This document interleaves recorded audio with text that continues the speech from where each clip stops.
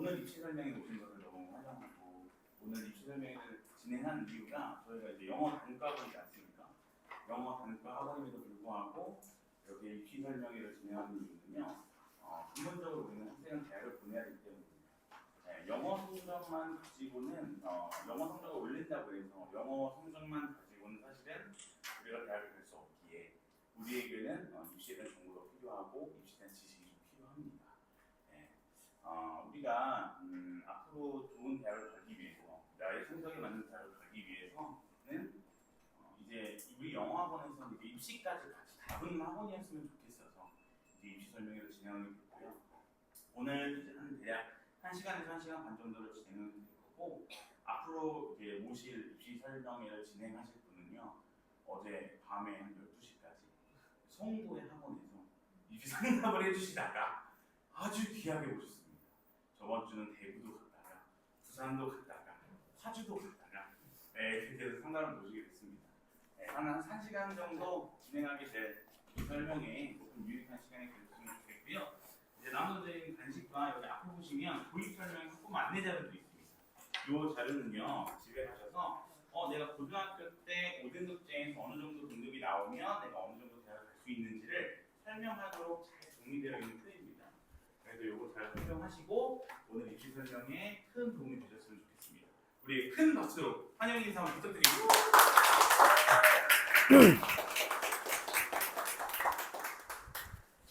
네, 안녕하세요. 네, 지금 영어발전소 입시연구소랑 총괄 운영 이사를 맡고 있는 이용진이라고 합니다. 다시 한번 인사드리겠습니다. 네, 일단 먼저 미리 좀 양해를 부탁드리면요. 전 지금 겸업을 하고 있어요. 사실 지금 제가 다니고 있는 회사를 말은 못 드리지만 전국에 한 88개 있는 지점에서 한 10,000여 명 정도 다니고 있는 입시 영어학원에서 지금 본사에서 근무하고 있고요. 입시와 이제 지점 관리를 맡고 있는 지금 직을 맡고 있습니다. 그래서 제가 이제 어떤 교육기업이나 이런 건 얘기 못 드리지만 숫자로 간단하게 좀 설명을 좀 드리겠습니다. 일단 먼저 저를 간단하게만 소개를 드릴게요. 제가 이렇게 보여도 아직 40이 안 됐습니다. 그래서 먼저 말씀드리면 저는 10년 정도 지금 교육기업에서 계속 근무를 하고 있어요. 그래서 한 제 인생의 4분의 1 정도를 지금 교육업에서 지금 근무를 하고 있고요. 전 3개의 지점에서 원장직을 맡았습니다. 파주에서도 맡았었고요. 의정부, 그리고 부천 상동에서 이 경기권에서 계속 쭉 원장을 했고요. 지금 현재로서는 전국의 22개의 지점에서 지금 관리자를 맡고 있습니다. 이걸 저의 자랑이 아니라요.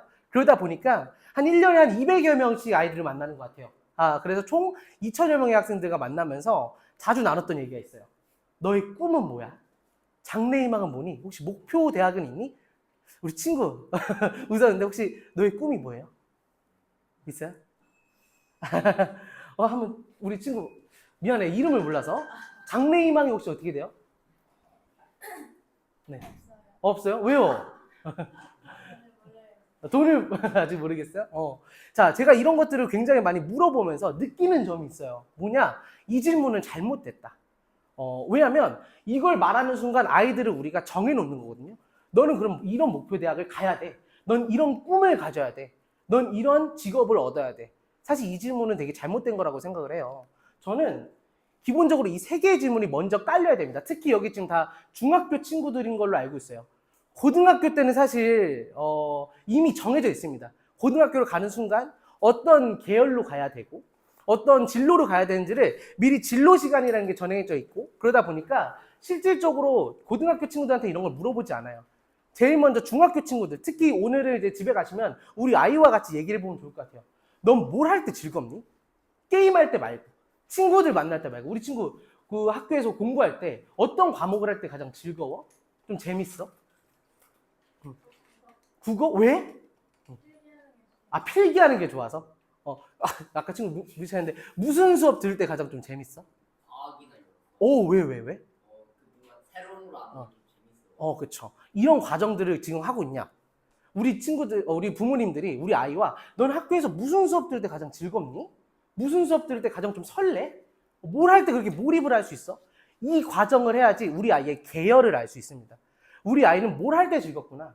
그럼 그때 너는 뭐가 필요해? 내가 이걸 너 더 즐겁게 해주고 싶고 더 많이 해주고 싶은데 그럼 너 수학 좋아해? 그럼 수학을 잘 이해시켜주는 그런 장소가 필요하겠네? 그럼 너 나 뭔가 언어를 습득하는 게 되게 재밌어? 그럼 되게 다양한 언어가 있는 곳에서 환경 속에 노출되는 게 좋겠네. 이런 과정을 통해서 그럼 이제부터 넌 뭘 하면 돼? 하면서 학원을 설정해 주셔야 돼요. 물론 사실 이건 초등학교 때 하는 게 제일 좋습니다.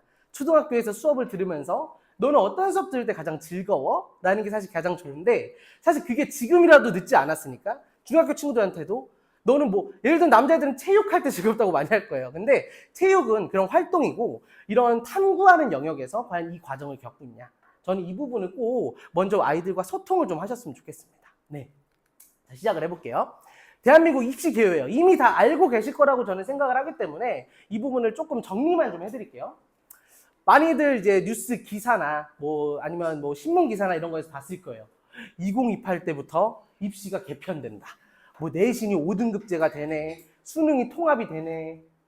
막 대입시 전형 계획이 막 발표되면서 야 이거 큰일이다. 저도 교육업계에서 10년간 있으면서 사실 올해 너무 두려웠거든요. 과연 5등급제를 과연 학생들은 어떻게 받아들일까? 그리고 우리 선생님들 입장에서는 어떻게 적용을 해야 될까라고 생각해 봤는데 사실 이 4개만 기억하시면 됩니다. 내신이 5등급제로 간다. 수능이 통합이 된다. 통합사회나 통합과학으로 수능을 본다. 또 심화수학이 없어진다. 조금 풀어드릴게요. 내신 5등급제는 뭐냐면 원래 기존에 한 2년 전만 해도 9등급제로 아이들을 평가를 했죠. 지금도 현재 고3은 9등급제로 평가를 합니다. 네. 근데 이제 이게 현재 고1, 2부터 이 9등급제를 5등급제로 나눴어요. 네. 그럼 이제 많은 생각들이 들죠. 그러면 변별을 할 수 있냐. 예전에는 9등급제로 나눠서 1등급에 들어가려면 4% 안에 들어야 돼. 전교생이 100명이면 4등 안에 들어야지 1등급인데 지금 5등급제로 가면은 10% 안에 들면 되거든요. 그럼 10명을 뽑을 수 있으면 혹시 대학교 애들 수준이 낮아지는 거 아니냐 이런 염려가 있었고요. 두 번째는 수능 통합. 원래 기존에는 저희가 국수, 영, 탐이라고 해서요. 탐구는 2가지로 나뉘었죠. 사회탐구, 과학탐구. 과탐은 또 4개로 나뉘어요. 물리, 화학, 지구, 생명. 사탐은 9개 영역으로 나누죠. 사회, 문화니, 경영이니, 지리니, 법이니 이런 식으로. 그래서 각각 아이들의 계열과 목표하는 대학에 따라서 아이들이 선호하는 그런 것들을 봤었어요. 그래서 애초에 이걸 통해서 변별을 하겠다. 공대 애들은 사문을 지원 안 하죠. 과탐을 지원하겠고. 자, 그런 식으로 나눴었는데 이제 그런 거 없어. 다 아울러서 통합할 거야. 그리고 아까도 9개로 나뉘고 그 과탐도 4개로 나누던 그런 거 다 필요 없어. 고1 때 배우는 통합사회와 통합과학으로만 수능을 볼 거야. 더 나아가서 심화수학. 사실 이제 이거는 수학하는 친구들한테 되게 알아야 되는 건데 우리가 수학도 고등학교 3학년 때 어떤 걸 설정해야 되냐면 확통이니 미적분이니 기하니를 선택을 하게 됐어요. 대부분 친구들, 이과 친구들은 미적이나 기하를 선택하고요. 문과 친구들은 확통을 선택했습니다. 근데 그런 것들을 다 없애겠다. 자, 이것만 딱 들으면 어때요? 뭐야, 뭐 수능 개판되는 거 아니야? 애들도 이제 원래 1등급 4%만 뽑는다고 하는데 10% 뽑아? 야, 그럼 애들 어떻게 뽑아? 라고 다들 염려를 하셨죠. 근데 사실 수능 통합이니 통합수학이니 심화수학은 아직은 확인이 안 됩니다. 왜냐? 올해 고3 애들이 보는 첫 수능이거든요. 그래서 사실 이거는 그렇다 저렇다 할 수는 없겠지만 적어도 내신 5등급은요. 변별이 됩니다. 우리 아이들이 그 소위 말하는 걱정, 야 5등급제로 되면 변별 안 되는 거를 비웃듯이 등급을 못 맞아요. 그래서 실제로 보시면 알겠지만 지금 실제로 예전 같았으면 9등급제였으면 2등급 라인에 걸쳐 있는 데가 시립대랑 국민대까지거든요. 근데 이거 지금 1.3등급이 지금 가야 되는 거예요. 즉 5등급제로 바뀌었다고 해서 애들이 갑자기 수준이 확 높아지거나 낮아지는 게 아니라 쪼갠 단위라는 거예요. 제가 이걸 왜 설명드리냐면 변한 게 없다는 겁니다. 2028 대입 개편이 됐다고 해서 내신이 안 중요하고 수능 최저가 안 중요한 게 아니라 똑같이 중요하기 때문에 우리 아이는 똑같이 고등학교 수능을 잘 받아야 되고 고등학교 내신을 잘 받아야 된다. 그러니까 걱정하지 마셔라. 우리 개편되면 우리 애들 어떻게 해야 되지? 학원을 어디로 바꿔야지? 상관없습니다. 그냥 똑같이 고등학교 올라가서 공부 잘 시키면 되고요. 그리고 수능 잘 준비시키면 됩니다. 네, 여기까지 해서 이거는 가볍게 넘어가 볼게요. 자, 그럼 이제 여기 계신 분들은 고등학교니까 고등학교에 대한 종류들 다 알고 계시겠지만 한 번만 좀 훑어볼게요. 고등학교를 구별할 때는요. 입학 전형과 이 시기에 따라 구분하는 게 제일 편해요. 첫 번째, 전기고등학교. 전반기에 뽑는 고등학교입니다. 그래서 실제로 과고 영재고가 여기 속해 있고요. 예고나 뭐 마이스터고 특성화고는 사실 여기서 크게 다루진 않을 거예요. 왜냐하면 전문된 영역이기 때문에. 하지만 전기고등학교 4월부터 6월 달쯤에 과고와 영재고가 선발을 한다. 그리고 그 이후에 후기고등학교, 후반기에 12월에 외고국제고나 자사고, 전국 단위 자사고, 광역 단위 자사고를 뽑고 일반고를 뽑습니다. 이렇게 구별하는 게 고등학교 입시와 유형을 구별하는 데 가장 편합니다. 네. 자, 일단 과거 영재고부터 가볼게요. 전국에 28개 있습니다. 우리 인천에도 있죠. 과학고도 있고요. 그리고 이제 영재고는 총 8개고요. 영재고는 제가 고등학교라고 써놨지만 실제로는 고등학교로 아닙니다. 그래서 고교 과정을 겪지 않아요. 나라에서 그냥 정해놓은 그냥 이제 교육 기간 정도라고 생각하시면 돼요. 그리고 과고가 이제 20개 정도 있고요. 그 다음에 뭐 외고나 국제고, 자사고. 자사고를 대부분 모든 많은 분들이 이제 착각하거나 헷갈리는 게 우리가 알고 있는 자사고, 뭐 민사고라든지 뭐 이제 인천의 하늘고 아니면 저기 서울에 있는 하나고 이런 데는 전국 단위 자사고예요. 전국에 10개밖에 없어요. 네. 혹시 송도의 하이텍 고등학교라 들어보셨나요? 네. 거기도 되게 유명하잖아요. 거기는 광역 단위 자사고입니다. 갑방고에 가까워요. 그렇기 때문에 사실 거기는 뭐 물론 그 학교도 좋은 학교는 맞지만 전국 단위 자사고 친구들과 비교했을 때 입결이라든지 이런 건 전국 단위 자사고가 훨씬 더 좋습니다. 그리고 이제 일반고가 전국에 25년 기준으로 1,600개 정도 있다고 보시면 됩니다. 참고로 여기 있는 과고나 영재고, 외고, 국제고에 대한 자세한 트랙은 제가 좀 이따 다시 설명을 드릴게요. 지금은 좀 개요 정도라고 생각하시면 돼요. 그래서 대부분 이제 뭐 소위 말하는 대치의 8학군이라든지 이런 좀 공부를 잘하고 이런 데를 보내려고 하는 시기의 움직임은 5월 달부터 이제 영재고등학교 이제 캠프를 가게 돼요. 그러니까 사실 중1 때부터 미리 영재고에 대한 준비를 다 해버리죠. CMS라든지 이런 걸 통해서. 그래서 영재고에서 8월에 이제 결과가 나옵니다. 그럼 떨어졌네, 붙었네. 그럼 떨어진 친구들이 과고를 이제 지원을 하게 되죠. 그럼 과고에서 떨어진다. 그럼 이제 과떨이라는 표현을 쓰는데요. 과거에서 떨어지면 이제 거기서 자사고나 일반고로 가고요.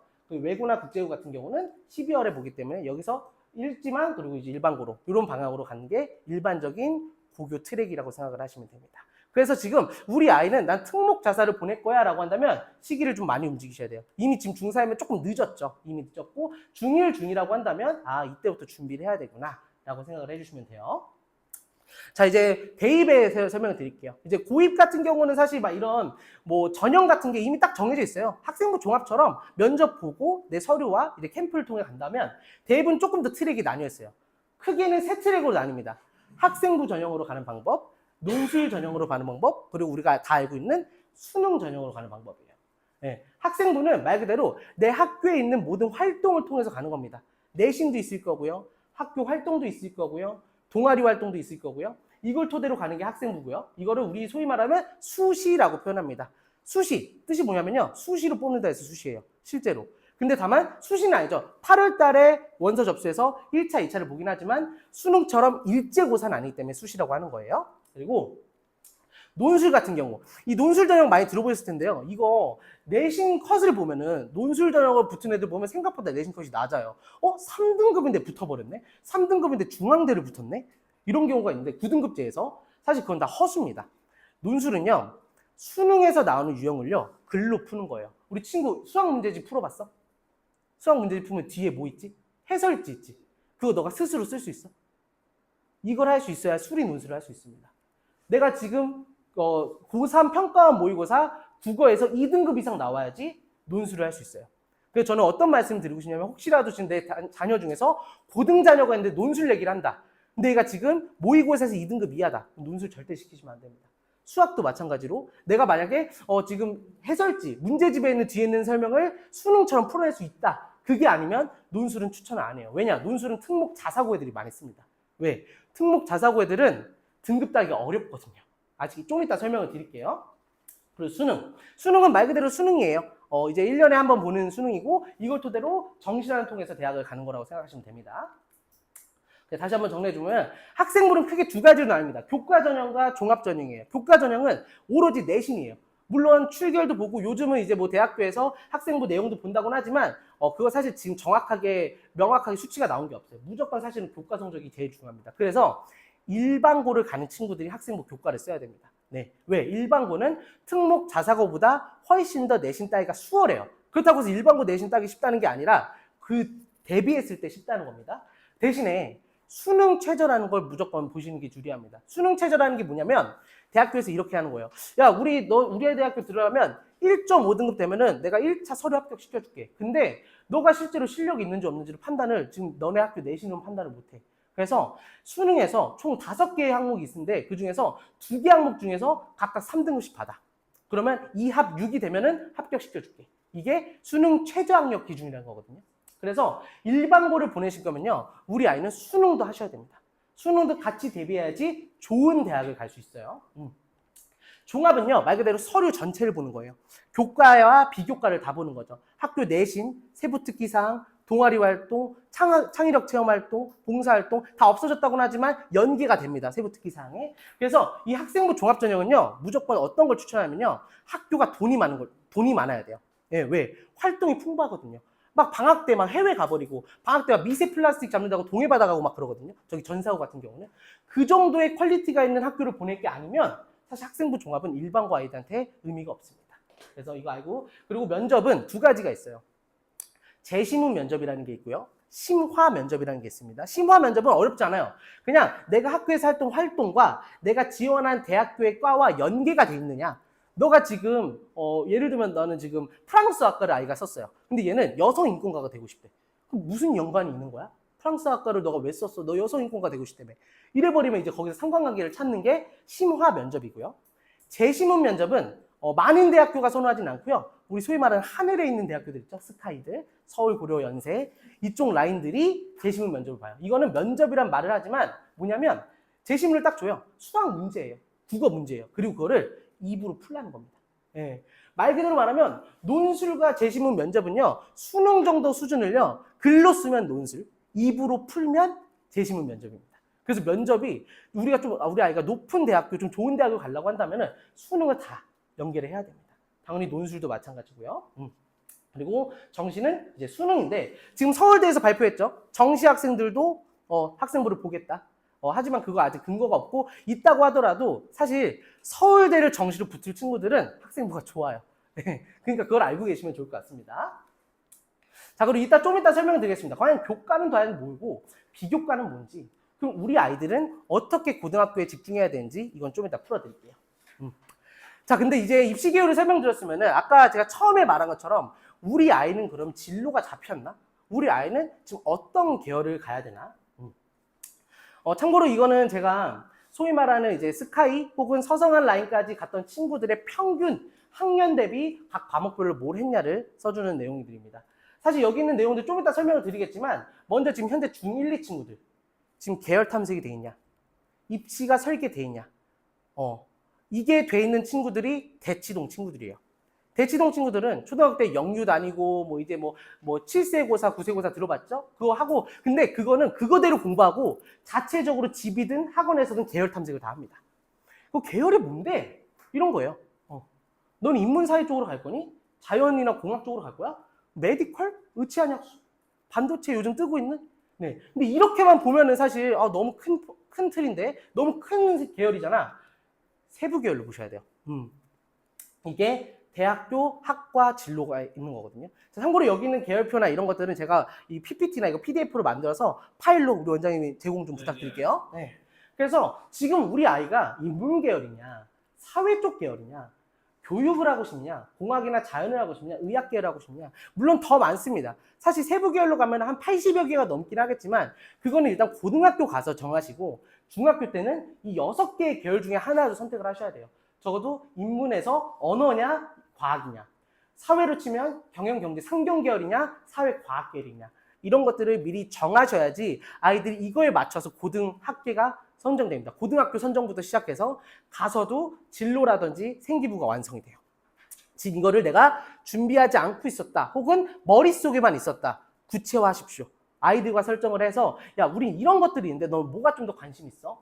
이거를 그냥 딱 보여주면서 야, 골라봐, 이러시면 안 되겠죠. 아까도 말한 것처럼 아이들이 어떤 과목을 했을 때 즐겁냐, 어떤 과목을 했을 때 좀 설레고 재밌어? 를 먼저 시작하면서 이 계열을 설정을 해주셔야 됩니다. 네. 이게 중학교 안에 적어도 고등학교 가기 전에만 설정돼도 늦지 않아요. 네. 아까 제가 말했던 기준은 대치동 기준이에요. 대치동은 이걸 중1 때 끝내버리지만 사실 그 대치동과 우리가 지금 비교하면 안 되죠. 학군 자체를. 지금도 늦지 않았습니다. 고교 가기 전까지만 해도 이 계열을 미리 설정을 해주세요. 이게 아니면 애들이 어떻게 하는지 말씀드릴게요. 고등학교 처음 가자마자 진로 선생님이라고 붙어요. 진로 선생님 이표를 주세요. 야, 골라. 여기 중 어디 갈래? 그럼 아이들은 본인이 원튼 원치 않든 생각을 했든 안 했든 결국 그 진로로 생기부가 쓰여요. 문제가. 아이들이 생기부가 그렇게 쓰이면 어찌됐건 학교에서도 그 계열에 맞게끔 밀거든요. 근데 아이가 그걸 원하지 않을 수도 있잖아요. 그래서 중학교 때 미리 이것들을 준비하고 가시는 게 가장 중요하다고 생각을 하면 됩니다. 그래서 조금 더 이게 잘 모르겠어 라고 하면 이걸 보십시오. 각 지역별로 어떤 초봉이 어느 정도 나오는지 한 10년 차 되면 어느 정도 나오는지. 예. 저는 이거 되게 중요하다고 생각해요. 학교에 절대 안 알려주는 거거든요. 예. 저는 사실 아까도 말했지만 직장인이잖아요. 그렇기 때문에 이런 거 되게 관심 많아요. 예. 근데 우리 아이들은 이걸 몰라요. 그냥 그 멋있어 보이니까. 릴스에서 나오는 의사, 저 의사인데요. 막 이런 릴스 영상 보니까 되고 싶다. 나 지금 크리에이터 하고 싶은데. 이 현실을 몰라요. 크리에이터, 예체능이죠. 편차 엄청 큽니다. 예, 아셔야 돼요. 사실 이쪽에 제일 원하시죠, 어머니들은. 전문직을. 하지만 적어도 이쪽까지 가는 게 제일 좋겠죠. 취업이 잘 되는 간호 물리치료나 기술직 같은 경우도. 아무튼 이런 것들을 현실적으로 알려주셔야 돼요. 현실적으로 애들한테 보여주셔야 됩니다. 물론 돈이 전부는 아니에요. 야, 이렇게 하면 너무 정없는 거 아니냐. 꿈을 꿔야 될 나이에 어떻게 돈을 얘기를 하냐. 우리 여러분들 나중에 120세까지 애들 돌봐줄 거 아니잖아요. 아이들이 스스로 먹고 살게끔 해줘야 되죠. 그 어머니들이, 부모님들이 제일 해주셔야 되는 건 아이의 계열만 잘 설정해줘도 나이 80 먹어도 후회 안 하고 잘 할 수 있습니다. 그래서 이것들을 꼭 잘 신경을 써주시는 게 되게 중요하다고 생각합니다. 자, 그 다음에 이제 목표 설정으로 가보겠습니다. 자꾸 미안해. 눈에 띄어가지고. 우리 친구 이름 좀 물어보자. 이름이 어떻게 돼? 은찬이? 은찬아, 너가 생각하는 좋은 대학 한번 말해봐. 어디 있어? 딱히 아는 건 서울대가 서울대. 맞아. 스카이. 좋아. 우리 저 뒤에 있는 친구. 미안해. 이름이 뭐예요? 영서? 영서가 생각하는 좋은 대학은 어디야? 서울대, 그치. 아직 우리 중등 친구들이랑 입시 설명을 하면은 대부분 서울대를 얘기합니다. 맞아요. 근데 좋은 대학의 기준을 정확히 말씀드리면요. 이런 중학교 아이들도 알만한 대학이 좋은 대학이에요. 예. 물론 좋은 대학 많죠. 되게 막 숭실대도 있고, 뭐 이제 되게 좋은 대학 많은데, 혹시 물어볼게. 혹시 우리 친구, 광운대 어딘지 알아? 몰라? 광운대도 인서울인데 혹시 몰라? 못 들어봤어? 우리 지금 가천대는 들어봤지? 뭐 가천대 병원이 있으니까, 그지? 그래? 혹시 우리 뒤에 있는 친구 상명대 들어봤어? 여러분들 다 들어본 거 아니에요? 광명상가라고 해서 서울 마지노선이에요. 근데 우리 아이들은 모르죠? 좋은 대학이 아닙니다. 그러니까 그 대학을 무시하려는 게 아니에요. 충분히 좋은 대학이 맞지만 지금 우리 아이들의 기준에서는 좋은 데는 서울대예요. 아시죠? 자, 당연히 아시는 거죠? 서울대, 고대, 연대. 여기는 누구나 다 압니다. 그리고 두 번째, 성균관대. 아주 최고죠. 요즘 이제 삼성이 엄청나게 지금 우리나라를 되게 잘 먹여 살리고 있는데 삼성이랑 계약을 했죠. 그리고 이제 뭐 한양대는 너무나 알고 있는 전통적인 강대. 자, 여기서 우리는 뭐 어떤 학교를 기대하면 서강대를 이제 생각합니다. 왜냐하면 여러분 이제 어머님도 아시겠지만 서성한이라고 많이 들어봤을 거예요. 서강대는 죄송하지만 없어요. 요즘은 중앙대가 훨씬 뜹니다. 왜냐하면 서강대가 나쁜 학교가 아니고 좋은 학교 맞는데요. 투자를 못 받아요. 대학교가 좋으려면요 돈이 많아야 돼요. 중앙대는 누가 인수했죠? 두산이 인수했죠. 돈이 많습니다. 예, 그렇기 때문에 대학을 설 때는요 뭐 이대 이런 것도 다 좋지만요 일단 기본적으로는 그 학교가 돈이 많고 얼마나 계약이 돼 있냐가 중요해요. 경희대, 예, 경희대도 사실상 언제 뜬 거죠? 물론 한참 전이지만 문재인 대통령이 경희대 나왔잖아요. 그 정권에 따라서 대학교가 되게 또 편차가 큽니다. 그렇기 때문에 실질적으로 대학교를 설정할 때 좋은 대학이라고 한다면 스카이뿐만 아니라 지금 가고 있는 여러 지금 이 국가의 추세나 이런 것들을 딱 떠올렸을 때 가장 떠오르는 대학교, 이 대학교가 좋은 대학이라고 해요. 자, 그럼 여기서 이 대학교를 가기 위해서 한번 볼게요. 자, 우리 미안해, 친구 이름 뭐야? 예진이? 이 그림 보면 좀 어때? 무슨 그림 같아? 설명 좀 해줄 수 있어?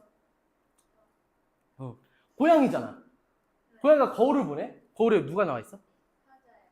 이게 뭘 의미하는 걸까요? 뭐냐면요.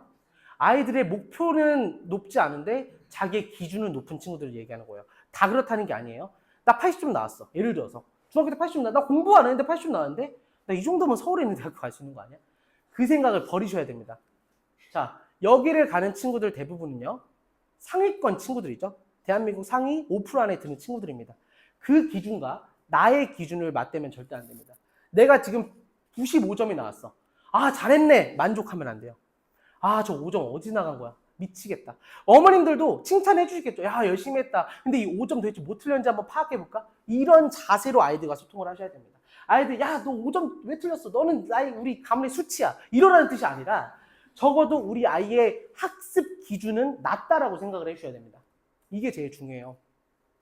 부모님들은 당연히 기대감이 높을 겁니다. 야, 그래도 서울대 가야지. 그래도 관악산 전기를 좀 받아보자. 막 이런 얘기를 많이 하는데 목표나 이런 것들을 정했으면 학생의 현재 실력은 낮춰야 됩니다. 미안한데 서울대에 가는 다른 친구들은 이미 초등학교 4학년 때부터 7세고사 뭐 이런 거 다 하고 나서 하루에 10시간씩 공부해. 근데 너는 지금 몇 시간 공부해? 4시간 공부하지. 너의 노력을 편파하려는 게 아니라 지금 사실 우리 기준에서 너무 낮아. 더 올려야 돼. 이런 과정으로 학생의 기준, 실력은 낮춰야 되고요.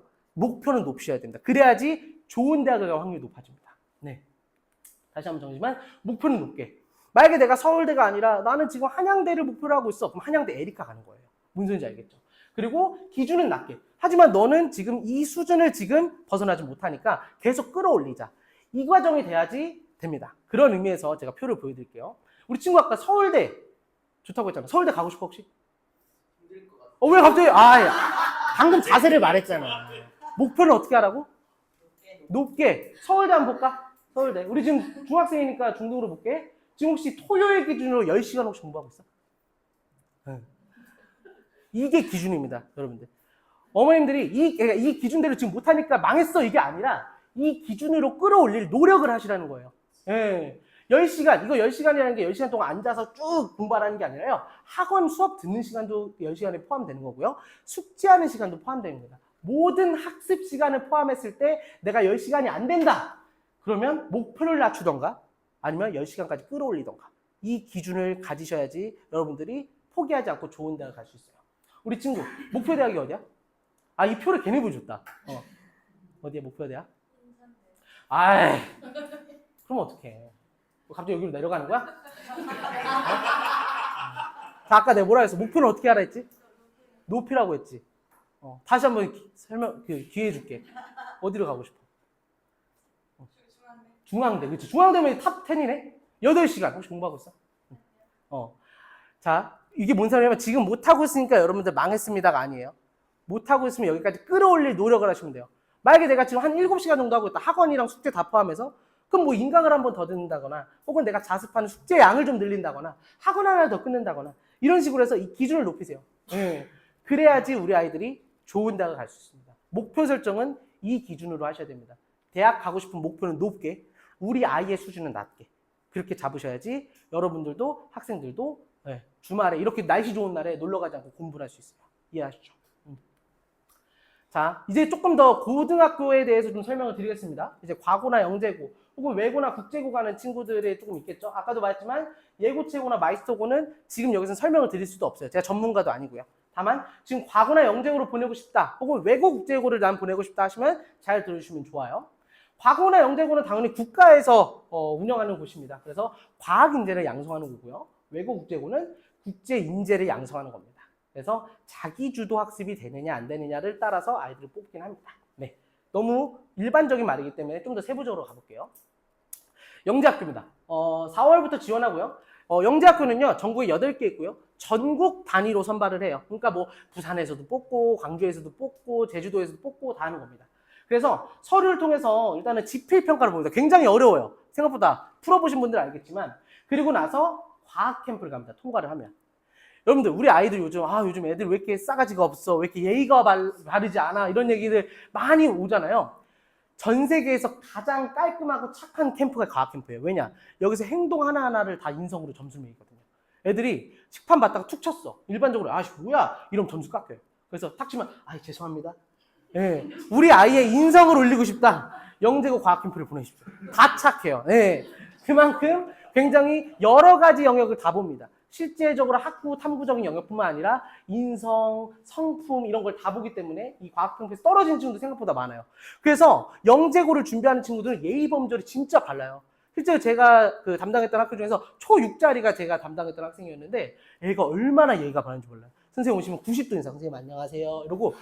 근데 이게 걔가 교육받은 거냐? 전 교육받았다고 생각해요. 왜냐면 걔 누나가 제 반이었는데 걔 누나는 되게 싸가지 없었거든요. 그러니까 교육받은 거라고 저는 생각이 됩니다. 아무튼 영재고는요, 수학, 과학을 좋아하는 친구들이 가야 돼요. 특정 분야에. 그리고 심화된 재능이 있어야 됩니다. 그게 아니면 못 버텨요. 예. 그래서 보십시오. 1학년 때부터 벌써 대학 과정을 공부해요. 여기는 고등학교가 아니라고 했죠. 영재학교는요, 고등학교가 아니기 때문에 고교 필수 과목을 들을 필요가 없어요. 바로 대학 과정을 1학년 때 배웁니다. 그리고 2, 3학년 때는 그 대학 과정의 심화 과정을 배웁니다. 그래서 영재고 출신들은 대학교 올라가서 조기 졸업이 많아요. 카이스트 조기 졸업하는 친구들 대부분은 영재고나 과학고일 확률이 높습니다. 네. 그리고 과거입니다. 과거는 이제 8월부터 원서 접수되고요. 과거 같은 경우는 지역별로 분산되어 있어요. 20개. 인천에도 있죠. 인천에도 있고, 저기 경기도에도 경기 북과고도 있고, 여기 같은 경우는 지역 단위 선발을 하고요. 예를 들어서 여기도 이제 신층 면접을 통해서 굉장히 보고요. 아무래도 수학, 과학이나 이런 것들이 굉장히 뛰어나야 돼요. 똑같아요. 사실 영재고나 과학고나 사실 보는 관점은 다른데, 하지만 영재고는 더 특출난 애들이 가죠. 그래서 과거 가는 친구들은요, 1학년 때 이미 일반 고등학교에서 배우는 공통 과목, 필수 선택 과목을 다 합니다. 국어나 탐구 이런 거 말고요. 사탐 말고 과탐 같은 거요. 물리, 화학, 지구, 생명. 고1 때, 고2, 고3 때 배우는 거를 1학년 때 다 배웁니다. 그러다 보니까 과거 가는 친구들은요, 실제로 학교에서 보는 모의고사 보면 점수가 하나도 안 나와요. 왜냐? 학교에서 보는 모의고사, 일반고에서 보는 모의고사는요, 그 시기에 그 학년에 맞는 그 진도를 시험 보는 거거든요. 얘네들은 이미 고2, 고3 거를 1학년 때 다 배우기 때문에 고1에 보는 모의고사의 성적이 안 나와요. 5등급 이하로 나오고 막 그래요. 그건 문제가 아니고 이상한 게 아닙니다. 당연한 거예요. 그리고 2학년 때 드디어 대학 원서를 공부하고 고교 심화 과정을 공부합니다. 그래서 과거 친구들도 졸업을 하게 되면은 대학교에서 날라다니죠. 그리고 조기 졸업 확률이 굉장히 높습니다. 네. 자, 그러면 이제 외고랑 국제고인데 이분을 헷갈리는 경우가 좀 있더라고요. 외고나 국제고나 어찌됐건 다 영어 잘해야 되는 거 아니야? 영어 잘해야 되는 건 맞는데 계열이 완전 다릅니다. 과고랑 영재학교는요, 계열이 비슷해요. 이공계, 아무래도 이제 공학 쪽. 근데 외고랑 국제고는 아예 계열이 달라요. 외국어는요, 외고는 외국어, 언어 이런 영역이 특성화된 친구들이고요.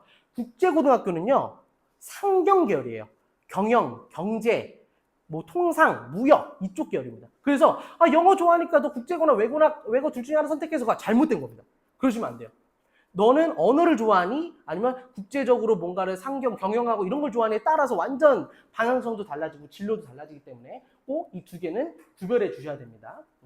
그리고 참고로 외고나 국제고는 당연히 과고나 영재학교보다는 훨씬 갈 확률이 높죠. 왜냐면 중2, 중3의 내신 성적, 영어 성적을 기반으로 합니다.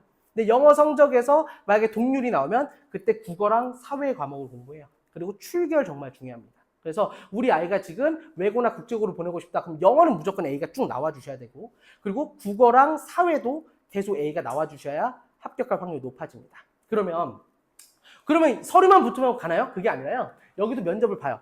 과거나 영재학교 같은 경우는 면접이나 이런 지필고사나 이런 것들이 너무 어려워서 어차피 보여줘봤자 의미가 없고요. 이제 뭐 외고 같은 경우는 뭐 예를 들면 이런 거예요. 아이가 생기부나 자소서를 쓸 거예요. 나 이런 식으로 공부했어요. 라고 하면은 질문해요. 그럼 마인드맵을 활용해서 공부했던 과목이 있나요? 이런 것들이 아이가 질문을 준비를 하고 들어가야 돼요. 아까 제가 예시를 들어갔잖아요. 지금 여성 인구가 꿈이라는데 우리 외고 고등학교 프랑스어학과 어떤 관련이 있어요? 라는 걸 물어봅니다. 그래서 외고를 보내실 거면 가기 전에 이런 면접 준비를 다 시키셔야 됩니다. 네. 그리고 국제고 같은 경우도 이런 식으로 문제를 냅니다. 국제고 같은 경우는 약간 좀 윤리, 도덕 이런 것도 많이 내요. 예를 들면 이거예요. 어떤 기숙학교에 갔는데 기숙학교가 핸드폰을 2번 쓰면 퇴출을 당해요. 근데 어떤 친구가 이미 한 번 쓰다 걸렸어. 근데 그 친구가 한 번 더 걸릴 것 같아서 옆에 있는 나한테 야, 너가 걸린 것처럼 해주면 안 되냐? 이런 상황일 때 어떻게 할래? 어떻게 할 거야? 안 도와줄 거. 왜? 자기가 잘못하면 자기가 책임져야 돼. 이런 식의 질문을 합니다. 예, 그러니까 소위 말하는 뭐 여러 가지 상황들이나 이런 도덕적인 부분이나 이런 것들을 다 고려해서 질문을 하고 혹은 문제를 내고 이걸 답할 수 있게끔. 그래서 국제고도 외고도 일단 어찌됐건 준비는 다 시키고 가셔야 된다. 내신 성적만 준비하면 안 된다라는 걸 알고 있으면 됩니다.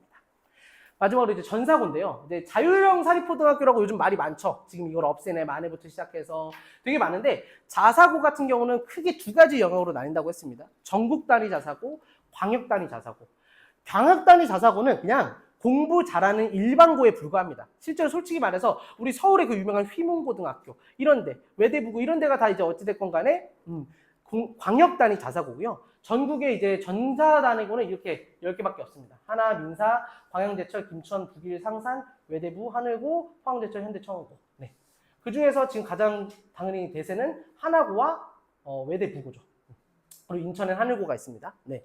전국 단위 자사고는 당연히 굉장히 아무래도 자사고는요 그 국가의 돈을 받지 않아요. 교육청의 돈을 받지 않고 그래서 학비가 좀 비싸요. 한 제가 알기로는 연에 한 2, 3천 정도 든다고 하더라고요. 그만큼 돈을 많이 걷기 때문에 활동도 엄청나고요. 그 강사들, 그 소위 말하는 그 교사들이 다 교수급이에요. 실제로. 그러다 보니까 당연히 써주는 생기부도 엄청 잘 써주겠죠. 예, 그렇기 때문에 자사고는 약간 좀 투자하고 아이가 약간 조금 이따가 좀 설명드리겠지만 우리 성향이 이렇다 하면은 보내시면 되는데 그게 아니면 사실 요즘 입시에서는 그렇게 저는 그렇게 막 추천은 하진 않습니다. 그래도 뭐 전사고 쪽으로 간다고 하면 저는 모르겠는데 하지만 그냥 광역단위 자사고 아까 말했던 뭐 포스텍 고등학교 같은 경우는 저는 모르겠어요. 그 지역 송도 지역 친구들은 가려고 할지 모르겠지만 저는 거기서 내신 경쟁이 없다고 한다면 굳이 꼭 갈 필요가 있냐? 그럴 바엔 일반고 가는 게 낫지 않냐? 인데 그거에 대한 일반고 특목 자사고는 제가 점수를 통해 비교를 해드릴게요. 아무튼 자사고 같은 경우는 서류랑 면접을 진행하고요. 광사고는 추첨입니다. 지역이기 때문에. 그리고 지역마다 수준 차이가 너무 커요. 똑같은 광역단위 자사고라고 전사고라고 하더라도 그렇기 때문에 저는 그렇게 엄청 추천하는 트랙은 아니라고 생각하시면 될 것 같아요. 자 그러면 오케이 이렇게 고등학교까지 다 알았으면 우리 아이는 어떤 고등학교로 가야 되냐입니다.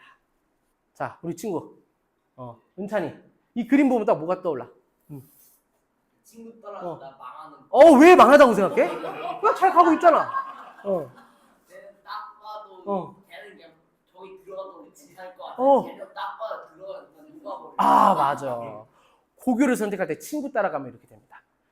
특히 이제 뭐 특목고나 자사고는 이미 준비를 하기 때문에 이럴 일이 거의 없겠는데 일반고를 선택할 경우에 대부분 아이들이 친구가 저기 간다니까 친구들이 저기 간다니까 선택하는 경우가 많아요. 물론 뺑뺑이기 때문에 안 될 수도 있겠지만 대부분 그렇게 합니다.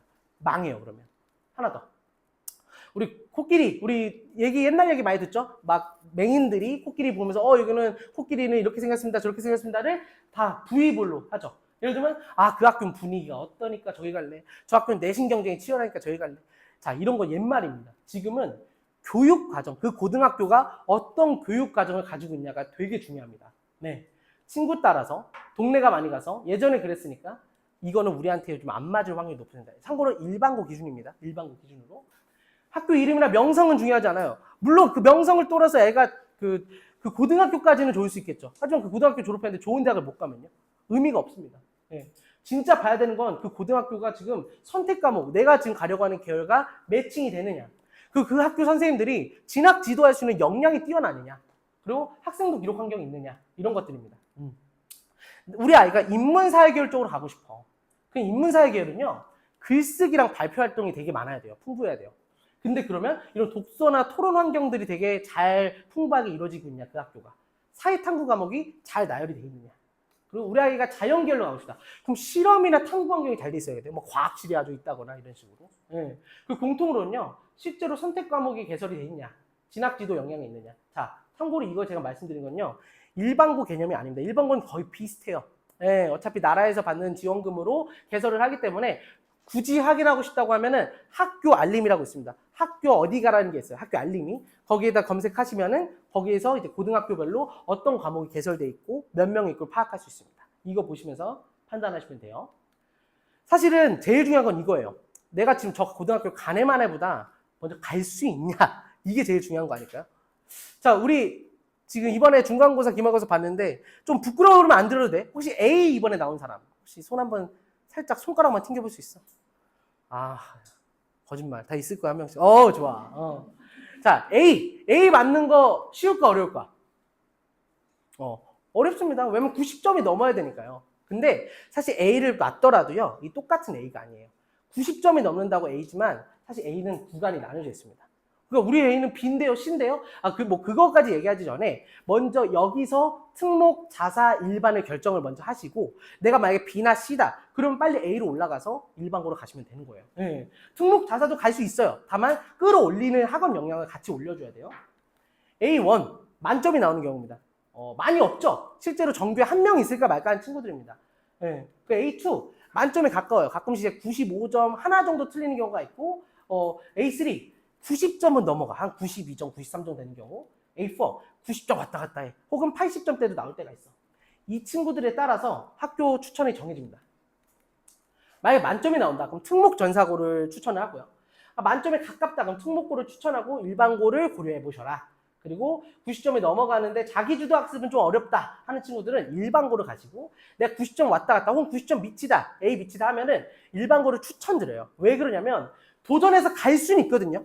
제가 절대 못 간다고 말씀드리는 건 아닙니다. 다만 갔을 때 버티기가 어려워요. 왜냐면 이 A1인 애들이 질비하기 때문에 그 친구들이랑 경쟁하다 보면은 오히려 자존감이 하락되는 경우가 많습니다. 그래서 저는 이 점수가 낮으니까 넌 문제야가 아니라 내 점수에 맞게끔 선택하는 게 우리 아이 대입에 유리하다는 겁니다. 아시겠죠?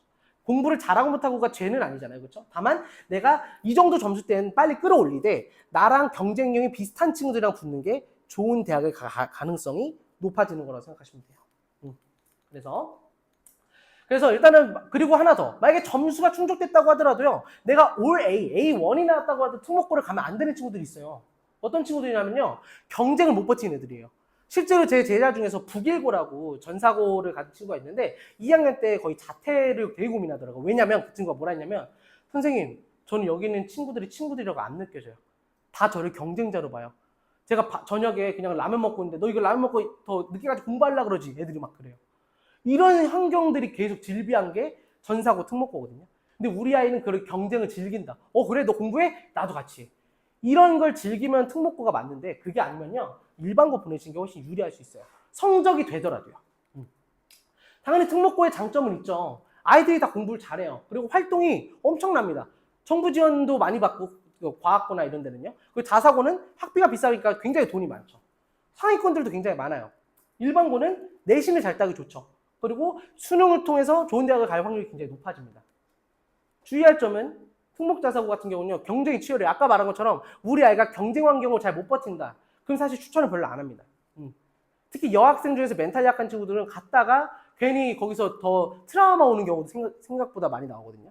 그렇기 때문에 이거를 내 성향을 잘 맞춰주셔야 되고, 일반고는 이제 아무래도 학교 수준이 너무 천차만별이잖아요. 거기서 내가 뚝심 있게 친구들이 공부 안 하든 그거 상관없이 내가 쭉 열심히 할 거면 상관없지만, 내가 뭔가 친구 따라서 막 뭔가 노는 거 좋아하면은 되게 위험할 수 있습니다. 그래서 특목자사고는요, 가서 버틸 수 있냐예요. 가는 거 물론 어렵습니다. 하지만 갔을 때 버티면 그래도 4등급 이하로만 안 떨어지면 그래도 중경외시 라인을 갈 수 있을 확률이 높아요. 다만 못 버티면은 쭉 나가 떨어질 수 있습니다. 자퇴하고 수능을 보는 경우도 꽤 많아요. 실제로. 그리고 일반고 같은 경우는요, 그래 너 거기 갔어. 그럼 결과 낼 수 있어? 성적 1등급 나올 수 있어? 이게 완벽이 돼야지 일반고 갔을 때 좋은 대학을 갈 수 있다는 점 알고 있습니다. 이거 한번 쭉 읽어보십시오. 사실 이거는 결국에는 상황도 상황이지만 아까 말한 것처럼 성적이 됐을 때가 전제입니다. 성적이 안 됐을 때는 사실 일반고 가서 내신 관리와 수능 최저를 대비해서 가는 게 훨씬 유리할 수 있습니다. 아시죠? 자, 그리고 이제 올라가서 이제 생기부, 고등학교는 그럼 어떻게 진영이 돼 있냐? 총 9가지의 생기부 영역이 됐습니다. 근데 제가 체크된 게 있고 X가 된 게 있죠. X는 생기부에 반영을 안 합니다. 그리고 블라인드 처리가 됩니다. 인적 같은 경우는. 그래서 이 5가지를 많이 보는데요. 요즘 조심해야 될 거죠. 학교 폭력. 이거는 내가 직접 행사하지 않더라도 연루만 돼도 큰일 납니다. 그래서 이런 학교 폭력이나 이뤄지는 상황 같은 데를 피하셔야 돼요. 우리 아이들 같은 경우는. 그리고 또 하나.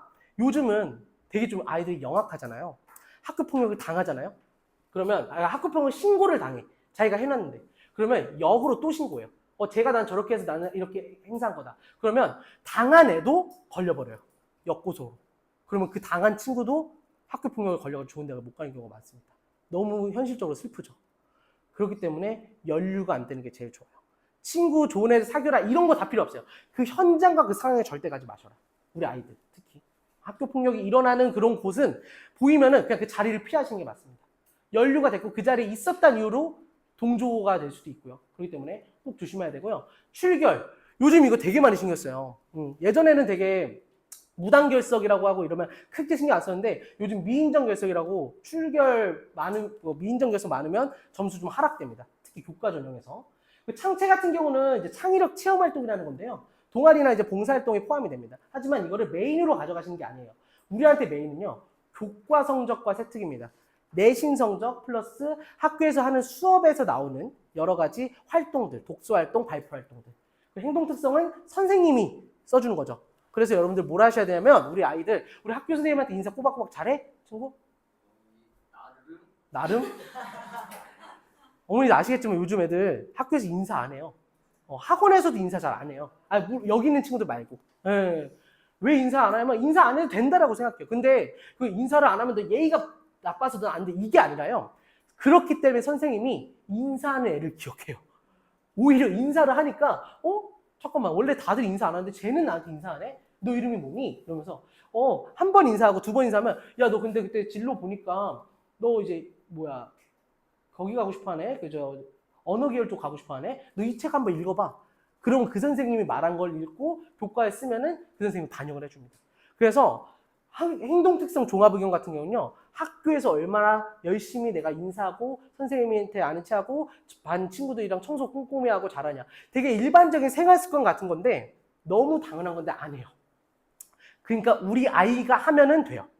이해하셨죠? 그래서 집에서부터 교육을 시키면 돼요.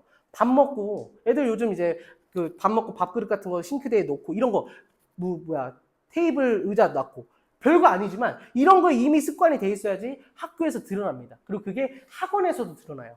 학원 선생님들은 보육교사가 아니잖아요. 아이들이 어떻게 또 활동하냐에 따라서 거기에 더 이뻐할 수밖에 없는 거거든요. 그래서 뭐 지우개 치웠으면 지우개 똥 같은 거 자기가 또 버리고 이런 거 되게 별거 아닌 것 같은데 굉장히 요즘에서는 되게 좋게 보니까 꼭 잘 써주시면 될 것 같습니다. 그래서 이거 한번 쭉 보시면 되고요. 그래서 저는 만약에 고등학교 올라가서 헷갈린다. 수행평가냐 지필고사냐. 수행평가도 보시면 되게 학교 보면 수행평가 40%, 지필고사 60% 이렇게 반영이 되거든요. 과목별로. 그러니까 수행평가 중요한 거 아니야? 라고 생각하는데 수행평가 대부분은 공통점수이기 때문에 만점이 나와요. 내가 제출을 아예 안 하거나 그러지 않는 이상 감점이 거의 안 됩니다. 혹시 감점이 되더라도 전체 감점이 되는 경우가 많아서 크게 큰 문제가 없어요. 그렇기 때문에 하지 말라는 게 아니라 수행평가보다는 내신시험, 지필고사를 더 준비하는 게 맞아요. 우리 아이가 내신 기간에서 저 수행평가하느라고 친구랑 지금 3시간 동안 스카 가야 돼요. 막으셔야 돼요. 내신 공부 시켜야 됩니다. 이해하셨죠? 그리고 동아리에서 발표하는 거랑 세특 발표 있다. 그럼 당연히 세특이 훨씬 더 유리한 거기 때문에 세특 활동을 하셔야 됩니다. 그리고 봉사활동은 전 솔직히 말해서 예전에는 봉사시간 200시간, 400시간 하면은 점수가 플러스 과산이 되는데 아예 없어요. 그러니까 굳이 하실 필요는 없습니다. 독서활동은 지금은 독서가 기입이 안 돼요. 하지만 아까 말했다시피 과목별 세특에 기입이 되거든요. 학교쌤이 추천하는 것만 그리고 그러려면 인사 열심히 하고 학교쌤한테 좀 인지를 잘 받을 수 있는 게 제일 중요합니다. 그래서 이걸 꼭 결정하시면 됩니다. 그래서 1순위 내신 따는 겁니다. 다른 거 다 필요 없어요. 수업 열심히 듣고요. 수업 때 안 졸고 수업 때 다른 학원 숙제 안 해도 선생님은 걔를 쳐다봐요. 별거 아니고 너무 당연한 거 아니야 하는데 요즘 아이들 수업 때 뭐예요? 자고 몰래 핸드폰하고 딴짓하고 숙제하고 하느라고 선생님들을 그냥 무시하거든요. 어차피 내가 뭐 체벌도 못하고 하니까. 그래서 그냥 똑바로 수업 50분 동안 앉아가지고 수업 열심히 듣고 질문하고 필기만 열심히 하는 모습만 보여도 선생님은 좋게 봐요. 그래서 세특을 좋게 써줍니다. 그래서 교과랑 내신이 1순위고 그 다음에 다시 한 번 하지만 출결이랑 학폭 이거 절대 걸리면 안 됩니다. 그 다음에 창체 마지막에 독서입니다. 그러니까 사실 저 1순위, 2순위만 신경 쓰시면 돼요. 왜냐하면 1순위가 하는 것도 벅차거든요. 내신 따는 게. 자, 마지막입니다. 이제 오늘 또 토요일이고 많이 바쁘시니까 빠르게 좀 정리를 해드릴 건데요. 이 학습 전략은 제가 정답이라고 말할 수는 없어요. 하지만 저는 이제 여러 그 2,000명의 학생들과 그리고 또 교육기업에서 많은 컨설팅이나 이런 입시를 하면서 이런 여러 다양한 학습 루틴이나 이런 걸 다 봤었을 때 이게 좀 가장 이상적이겠다 해서 가져온 겁니다. 이거 말고도 나는 추가적으로 해줄 수 있다 하시면은 그렇게 하시면 돼요. 자, 초등학교 너무 중요한 겁니다. 생활 습관이에요. 네. 이게 만약에 안 잡혔다, 늦지 않았어요. 지금이라도 잡아주세요. 껌 아무데나 뱉지 않게 해주시고요. 밥 먹고 나면 책상 딱 닫게 해주시고요. 자기 정돈, 자리 정돈 같은 거는 이렇게 해주십시오. 왜? 이게 돼야지 학교에서 이게 드러나고요. 학교에서 이게 드러나야 선생님이 걔를 신경 쓰게 됩니다. 별거 아니지만 요즘 많은 아이들이 이걸 못하고 있기 때문에 이걸 하시면 돼요. 중학교 때는요. 공부 시간을 최대한 확장해야 돼요. 아까 제가 말했던 10시간, 9시간, 8시간, 12시간 이거 농담이 아니라요. 그 시간 동안 앉아라도 있어야 됩니다. 왜 이걸 앉아 있어야 되냐면 고등학교 때 늘어나는 양을 감당을 못해요. 내가 토요일날 10시간도 못 앉아 있는다? 그러면 고등학교 때는 12시간, 14시간 못 앉아 있어요. 그럼 내신 무조건 한두 과목 빵꾸 납니다. 그래서 중학교 때는 여기 뭐 국어, 뭐 영어 이런 거는 그냥 제가 서브로 둔 거고요. 공부 시간은 최대한 맥스로 확장시켜야 됩니다. 그리고 고등학교 올라갔을 때 이 루틴을 잡아서 내 최대 시간, 뭐 14시간, 16시간 이런 식으로 공부 시간을 최대한 늘리는 게 학습 전략이라고 보셔야 돼요. 조금 더 세부적으로 가볼게요. 기반 학습이 안 돼 있다 우리 아이가. 그럼 기반 학습 먼저 잡아야 되고요. 그 뒤에 심화 학습으로 가야 됩니다. 그래서 기반 학습은 먼저 학습 체력이 있냐 없냐예요. 내가 지금 앉아서 2시간 동안 3시간 동안 앉을 수 있느냐. 우리 친구 앉아서 공부하면 최대 몇 시간까지 공부할 수 있어? 3-4시간? 한 번도 안 쉬고? 한 번도 안 쉬고 그런 경우에는 한 3시간 정도 와. 하루. 대단한 친구입니다. 대부분 아이들이 대부분 루틴이 학교 수업의 루틴이 맞춰 있어요. 45분, 40분, 50분에 맞춰 있기 때문에 50분 하면 보상 심리로 10분 꼭 쉬고 싶어요. 대부분 애들. 그러시면 안 됩니다. 여러분들 수능, 수학 몇 시간 보는 줄 아세요? 수능 시간. 수능에서 수학 100분 봐요. 100분. 1시간 40분 동안 앉아서 있어야 돼요. 근데 이거를 초등학교, 중학교 때 준비를 안 하면요. 고등학교에서 보는 모의고사에서 완전 나가리 납니다. 집중을 40분도 못 해요, 애들이. 140분 동안 봐야 되는 시험을. 영어 모의고사 70분이에요. 1시간 10분 이상 앉아있어야 되는데 대부분 아이들이 40분, 50분 앉아있어요. 근데 아시죠? 4, 50분 앉아있는다고 4, 50분 다 초집중합니까? 대부분 애들 2, 30분 집중해요. 나머지는 집중 빼주고 이제 점심시간 되면 배고파가지고 미쳐 날뛰고 정말 공부를 어떻게 해야 되냐면 루틴을요. 한 번 앉았을 때 최소 2시간. 2시간씩 공부하고 10분, 15분, 20분 쉬게끔 해주셔야 돼요. 그 습관을 가지기 위해서 쭉 10시간, 12시간. 이렇게 진행해 주셔야지 우리 아이들의 학습 체력을 기를 수 있습니다. 물론 학원 수업 빼고요. 학원 수업은 그렇게 클래스가 운영이 돼 있기 때문에 어쩔 수 없는 거라고 하더라도 기본적으로 내가 무언가를 공부할 때는 쭉 1시간 40분 공부해 주셔야 돼요. 그래야지 우리 아이들이 수학 모의고사 대비해서 100분 이상 버틸 수 있는 겁니다. 그리고 그 다음에 심화 학습이 들어가야 돼요. 그래서 아까 제가 보여드렸던 거고요. 자, 모든 친구들은요, 여기서 놓치면 안 돼요. 사실 이거 초등학생들한테 원래 들어갔어야 했는데 그게 어려우니까 중등한테 갈게요. 국어입니다, 국어. 우리 아이들 국어. 지금 학원 다니는 분 계신가요? 국어 학원? 뭐, 따로 있나? 우리 친구 국어 학원 다녀요? 국어 학원에서 뭐 배워요? 책 읽고 논술. 논술 쪽. 너무 중요한 거 맞아요. 사실 근데 이 국어를 제가 왜 바탕이라고 했냐면요. 국어가 안 잡히면요. 우리나라 대한 교과 과정에서요. 영어를 할 수가 없고요. 탐구를 할 수 없습니다. 당연히 수학도 할 수 없고요. 왠지 말씀드릴게요. 우리나라에 이루어져 있는 모든 그 교과 과목, 예를 들면 방정식, 함수, 투부정사, 관계대명사, 다 용법으로 알고 있는 거 다 뭐예요? 한자어죠. 국어의 어휘입니다. 우리 친구 국어 학원 다니까 물어볼게. 상쇄하다 뜻이 뭐야? 상쇄 읽을 줄 알지? 쓸 줄 알지? 우리 친구 상쇄하다 뜻 뭐야? 서로를 약화. 우와, 좀 비슷하겠어. 되게 좋아요. 대부분 아이들은요, 이 상쇄하다는 걸 읽을 줄 알고 쓸 줄 알거든요. 근데 무슨 말인지 몰라요. 요즘 애들이 문해력이 약하다고 많이 하잖아요. 그 요즘 애들이 능력이 부족해서 아니에요. 막 영상 많이 봐서 아니에요. 저희 때랑 달라서 그래요. 저희 때는 우리 뭐 했죠? 학교에서? 한자 배웠죠. 한자어가 우리한테는 익숙해요. 그렇기 때문에 우리는 그런 어휘를 익히는데 되게 이해했는데 요즘 아이들은 한자를 안 배우잖아요. 그렇기 때문에 뭐 상쇄시키다, 편파가 뭐야? 이런 것들을 우리가 모르기 때문에 대부분 애들이 고등학교 올라가서 국어를 어려워하는 거예요. 제가 꼭 뭘 말씀드리시면요. 국어는요. 꼭 집에 가서 어휘집을 꼭 사세요. 어휘집. 영어 단어책처럼요. 어휘집이 있습니다. 제가 추천해드리는 건 밥 먹듯이 어휘 어쩌고저쩌고 있거든요. 그거는 실제로 우리나라에서 나오는 국어 용어들, 한자어, 이제 고유명사 이런 것들을 싹 다 정리해주는 사전 같은 게 돼 있어요. 이거 지금부터 많이 시키셔야지 고등학교 올라갔을 때 비문학이든 문학이든 튕기지 않고 다 풀 수 있습니다. 이해됐죠? 국어가 안 되면요. 끝나는 겁니다. 그러니까 국어를 지금 학원을 다니라는 게 아니에요. 국어 학원을 다니라는 게 아니라 우리 아이의 지금 국어 실력과 어휘 실력이 어느인지는 판단해 보세요. 그리고 그게 안 되면 빨리 이거부터 잡아주셔야 됩니다. 네. 국어가 잡혀야지 같이 끌고 올라가는 거예요. 왜냐? 탐구, 아까 말했던 사탐이나 과탐, 통합사회에 나오는 그런 용어들 다 국어에서 기인된 거거든요. 국어 학원을 다니는 게 아니라 어휘가 얼마나 돼 있냐. 이게 되게 중요한 싸움입니다. 국어가 안 되면 이렇게 무너지게 돼 있어요. 광어볼로 한번 잡아줄게요. 물론 여기 영어학원이기 때문에 당연히 알겠지만요. 일단 고등어휘나 구문이나 독해가 이게 반드시 돼야 됩니다. 고등어휘라고 한다면 이제 말 그대로 고등학교 교과서나 모의고사에 나올 수 있는 필수 어휘를 중학교 때 미리 2회독 이상 돌리고 가는 걸 추천합니다. 왜냐? 이따가 뭐 설명이 될 수 있겠지만 고등학교랑 중학교의 내신의 가장 큰 차이는 범위거든요. 한 문장인데 한 과인데 중학교 때는 많이 나야 한 140문장이에요. 고등학교 때는요. 교과서 다 하면 720문장이에요. 근데 한 과예요. 양이 늘어나고 범위가 늘어나는데 단어를 모르면 단어 찾다가 허송세월로 2-3시간 걸려요. 어휘를 무조건 지금 단어 몇 개 외우고 있어? 일주일에. 자, 거리면 안 됩니다. 단어는요, 지금 무조건 많이 외워놔야지 고등학교 내신을 대비할 수 있습니다. 네. 그 구문도 마찬가지예요. 지금 여러 가지 구문들이 있어요. 뭐 도치 구문이라든지, 물론 이런 어려운 것까지는 아니더라도 저도 뭐 관계대명사라든지 투부정사의 용법이라든지 이런 구문을 내가 알고 있어야지 길어지는 문장과 범위를 소화할 수 있어요. 이걸 못하기 때문에 애들이 갑자기 고등학교 올라오더니 영어가 너무 어려워졌어요. 그래서 80점, 90점 나오던 애들이 40점, 50점 나오는 거예요. 이해하셨죠? 그리고 서술형 문장 쓰기. 이거는 이제 뭐 주영 원장님이 잘 설명해 주시면 될 것 같고요. 자, 수학은요, 제가 막 함부로 점검할 건 아닌데요. 제가 뭘 꼭 말씀드리고 싶냐면요.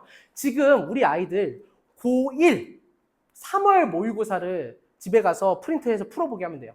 고1을 우리 애들은 고1 선행을 안 했는데요. 고1, 3월은 고등 수학이 아닙니다. 중학교 때 배운 총정리를 보는 수학이에요.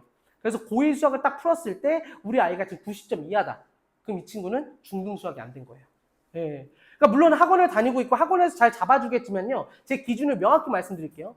고1 3월 수학에서 90점 이하면요. 지금 선행을 가면 안 돼요. 고1 수학을 선행한다고 뭐 이제 수학 1, 2 뭐 이제 공통 수학 한다? 아직 그거는 겨울방학에도 늦지 않아요. 지금은 오히려 지금 점수가 안 나오면은 뭘 하셔야 되냐? 중등 수학을 대비해야 됩니다. 함수 방정식 점검하셔야 돼요. 네.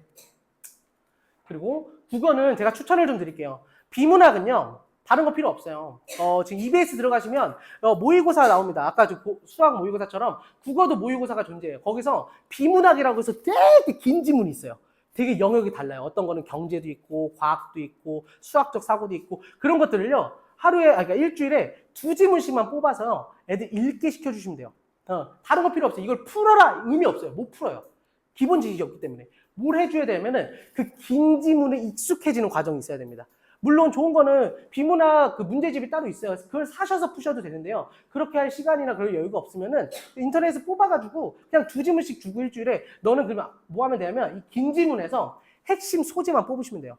그럼 여기서 지금 필자가 뭘 말하는 것 같아? 지금 여기서 이 힉스 입자에 대해서 뭐라고 생각하는 것 같아?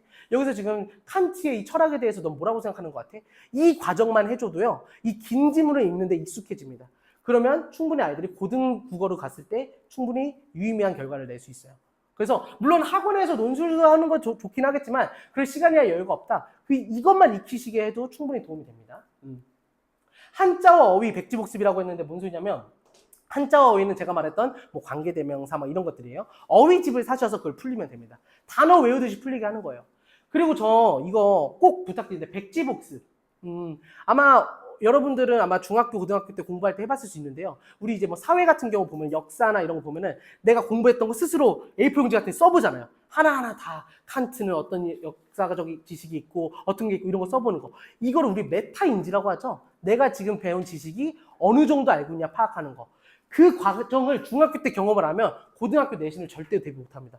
고등학교 때 들어가는 그런 범위와 고등학교 때 들어가는 그 양 많은 거를 이런 백지복습을 안 해놓은 상태에선 큰일 나요. 그렇기 때문에 꼭 반드시 한자어 어휘집이랑 백지복습하는 연습을 그래서 사실 내신 공부할 때도 문제집 풀고 달달달 외우는 게 아니라 외운 걸 공책에 풀어봐야 돼요. 내가 배웠던 개념서를 직접 써볼 수 있어야 돼요. 그게 안 되면 중학교 때는 운 좋게 100점이 나와도 고등학교 때는 절대 100점은커녕 70점도 어렵습니다. 이거 꼭 명심하셔야 되고요. 그래서 이 자료표 그래프는 아까 말했던 이 지문에서 보면서 익숙해지는 과정을 겪으면 돼요. 그 비문학 지문 하나 빼서 연습하면 거기에 도표나 이런 거 다 있거든요. 이걸 내 눈에 익힌다. 이 과정만 가지시면은 충분히 국어는 스스로 기반학습이 잡힙니다. 네. 마지막으로 이제 학습 밸런스만 좀 맞춰드릴게요. 대부분 우리 아이들은 공부를 한다고 하면은 학원을 다니는 거 공부라고 생각합니다. 하지만 공부에는 학습이 있어요. 배울 학. 인강을 보든 학원 수업을 듣든 학교 수업을 듣든 습, 익힐 습, 숙제를 하든 오답을 하든 무언가를 하든 간에요. 대부분 아이들은 학에 집중돼 있어요.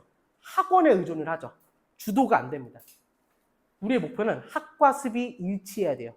자, 이게 뭔지 예시를 좀 보여드릴게요. 자, 스터디 플래너. 스터디 플래너 쓰는 친구 없어요. 지금부터라도 추천합니다. 왜 스터디 플래너를 쓰라고 하냐면 나 계획적으로 해야지가 아니라 나의 학습 밸런스를 맞추기 위해서 스터디 플래너를 써야 돼요. 내가 공부를 이만큼 했네 자랑하기 위해서 쓰는 거 아니에요. 내가 뭔가 계획에 잘 맞춰야지가 아니라 내가 이 과목을 얼마나 쓸 수 있고 얼마나 공부하는지를 객관적으로 파악하기 위해 스터디 플래너를 쓰는 겁니다. 스터디 플래너는 반드시 필수로 지금부터 습관을 가지셔야 돼요. 그렇게 스터디 플래너를 쓰다 보면은 이게 잡힙니다. 내 일주일 루틴에서 내가 학교에서 얼마나 보내고 있고 학원에서 수업은 얼마나 하고 있고 과외는 내가 얼마나 하고 있고 숙제는 얼마나 하고 있는지. 그러면 내가 학원, 과외 해가지고 학과 습의 차이를 봅니다. 뭐 예를 들면은 뭐 추가 학습이라고 하는 게 소위 말하면 이제 내가 숙제하고 하는 과정이겠죠. 밸런스가 좀 완전 까였어요. 이 친구 같은 경우는 과외나 학원, 학교 수업은 듣지만 내가 자습하고 훈련하는 시간이 없거든요. 뭘 해주셔야냐면 지금부터는요. 내가 학원에서 10시간을 쓴다 일주일에. 그럼 내가 이걸 숙제하고 추가 문제를 풀고 하는데 10시간을 쓰시는 5대5 밸런스를 중학교 때부터 연습을 해주셔야 돼요. 그래야지 고등학교의 학습량을 이겨낼 수 있습니다. 왜 고등학교라고 자꾸 얘기하냐면 고등학교는요. 원튼 원치 않든 활동이 2배로 늘어나요. 수업 듣는 거 이외에도 동아리니 창의력 체험 활동이니 학교에서 있는 시간도 늘어나기 때문에 원래 기존에 공부하던 양보다 훨씬 줄어듭니다. 그렇기 때문에 우리 아이들이 지금 학원에서 듣는 수업 플러스 내가 숙제하는 과정 이게 5대5 밸런스를 중학교 때 안 맞추면은 고등학교 가서 그 양을 버틸 수가 없어요. 이 학습 밸런스 무조건 맞추셔야 됩니다. 자 마지막으로 우리 아까 다시 나왔었지만 내가 지금 아까 서울대 가고 싶다고 했는데 한 7시간 정도 하는 친구들 있죠. 자 여기서 말했습니다. 내가 이 기준을 유지할 거냐 목표를 떨어뜨릴 거냐를 여러분들 결정하셔야 돼요. 그래서 제가 예시를 좀 보여드릴게요. 중위권 친구들 이 친구들은 초등학교 때 국영수 학원 하나씩 다니죠. 1시간 정도씩 다닙니다. 그리고 중학교 때도 국어 영어 하나씩 다니고 이때부터 수학을 막 선행한다고 막 3시간 4시간 다녀요. 그리고 이제 고등학교 올라가서 국어랑 수학보다 지금 영어를 엄청 열심히 해요. 갑자기 영어가 확 어려워졌다고 느끼거든요. 어휘를 못 잡으니까. 그러다 보니까 중위권 친구들은 중학교 때 이 밸런스를 못 찾아서 고등학교 때 무너집니다. 수행평가나 이런 거 하면 또 오래 걸리고요. 그럼 상위권, 최상위권. 이 친구들은요, 초등학교 때 국어를 다 끝내버려요. 애초에 그냥 다른 거 필요 없어. 어휘집이니, 뭐 비문학이니 이런 거에서 논리학원이든 다른 거 다. 왜냐? 아까도 말했다시피 국어 밸런스가 안 잡히면 영어나 탐구를 할 수가 없다니까요. 그래서 대치동 친구들은요, 초등학교 때 그 독서 몬테소리 엄청 다니는 거예요. 그리고 영어랑 수학은 미리 좀 대비를 해놓죠. 그리고 중학교 때 영어를 다 끝내버립니다. 왜냐? 고등학교 때는 영어할 시간이 없거든요. 그 영어의 시간을 쓸 수가 없어요. 그리고 고등학교 때 어디를 가냐? 수학에 올인합니다. 당연히 최상위권들은 이제 의치한약수라든지 아무래도 서울대 쪽으로 가야 되기 때문에 당연히 수학이 굉장히 중요하겠죠. 극최상입니다. 극최상위는요. 영어 유치원, 유학 뭐 이런 데 갔다 오죠. 영어를 끝내버리고요. 중학교 때는 중학교 때 수학을 엄청나게 끝내버려요. 중학교 때 이미 고등학교 대비 과학고 영재고 가는 친구들이죠. 혹은 전사고 가는 친구. 그리고 고등학교 올라가서도 영어랑 수학 2시간, 수학 7시간. 그래서 지금 우리가 지금 중학교인데 지금 과연 내가 어느 단계에 있냐가 되게 중요합니다. 전 꼭 영어학원이라서 영어가 중요하다는 게 아니라 상위권으로 가려면 빨리 끝내고 고등학교 때 영어를 하는 순간 망합니다. 왜냐? 이 친구 보시면 영어 할 시간 없어요. 국어 할 시간 그러니까 수학이랑 국어 못 따라가요. 영어로만 최저 맞추려고 노력을 해요. 근데 영어 하나 맞춘다고 해서 좋은 대학 못 가죠. 그래서 우리는 무조건 중학교 때 영어나 국어를 빨리 끝내버리고 수학은 여유가 되면 극최상위로 가시는 게 제일 좋습니다. 네. 마지막으로 이것만 좀 정리해드리겠습니다. 우리 아이들 이제 지금 막 90점 안 나왔거나 뭐 B나 C나 나온다고 해서 애들 착각하는 경우가 있어요. 자, 우리가 5등급에서 1등급으로 가는 방법. 다들 아실 겁니다. 퀀텀 점프라고 들어보셨죠? 우리가 이렇게 쭉 오른다는 거. 절대 안 됩니다. J컵으로 옵니다, 성적은. 우리가 천천히 조금씩 하면은 이제 첫 번째 시험에서는 70점, 다음번 시험엔 80점, 다음번 시험에는 90점, 다다음에 100점. 이런 되게 이상적인 그림은 존재하지 않습니다. 이건 입시적으로도 교육학적으로도 그렇게 될 수가 없어요. 무조건 처음 단계에는 내가 아무리 노력하고 열심히 해도 그 70점대를 못 벗어나거나 60점대를 못 벗어납니다. 이거는 아이의 잘못이 아니라 물론 이건 고등학교를 말하는 겁니다. 중학교 때는 노력하면 나올 수 있어요. 충분히. 중학교 때. 자, 고등학교 때 내가 지금 60점 나왔다고 망했나? 이게 아니에요. 내가 점수 안 나온다고 망했나? 이게 아니라 하다 보면은 계속해서 올라요. 이 기간 동안은 계속 점수가 낮습니다. 어느 순간 퀀텀 점프할 때가 있거든요. 그때까지 기다려 주셔야 돼요. 어머니들은. 우리 아이가 왜 자꾸 60점이지? 우리 아이가 왜 70점이지? 학원에 계속 다니는데 하루에 3, 4시간씩 공부하는데 왜 점수가 안 나오지? 물론 공부 방법이 잘못된 거일 수도 있고 공부 양이 문제일 수도 있어요. 중요한 거는 점수는 한 만큼 오르는 거는 어느 정도 기간이 있습니다. 임계점에 다다르기 전까지는 1등급 받기 어려워요. 지금 혹시라도 처음부터 1등급이 나오면 모르겠지만 그게 아니면 기다려줄 수 있어야 돼요. 우리 아이들도 포기하지 말고 60점 나왔다고 해서 아 나는 이거밖에 안 되라고 생각하지 말고 최선을 다해요. 최선을 다했는데 70점이 나왔다? 괜찮아요. 언젠가는 이 1등급이 오르고 100점이 나올 거거든요. 그걸 기다려주는 그게 어머님들의 학부모들의 역할이고요. 우리 아이들도 그걸 버틸 수 있습니다. 네, 그래서 오늘 설명회는 여기까지 진행하겠습니다. 감사합니다.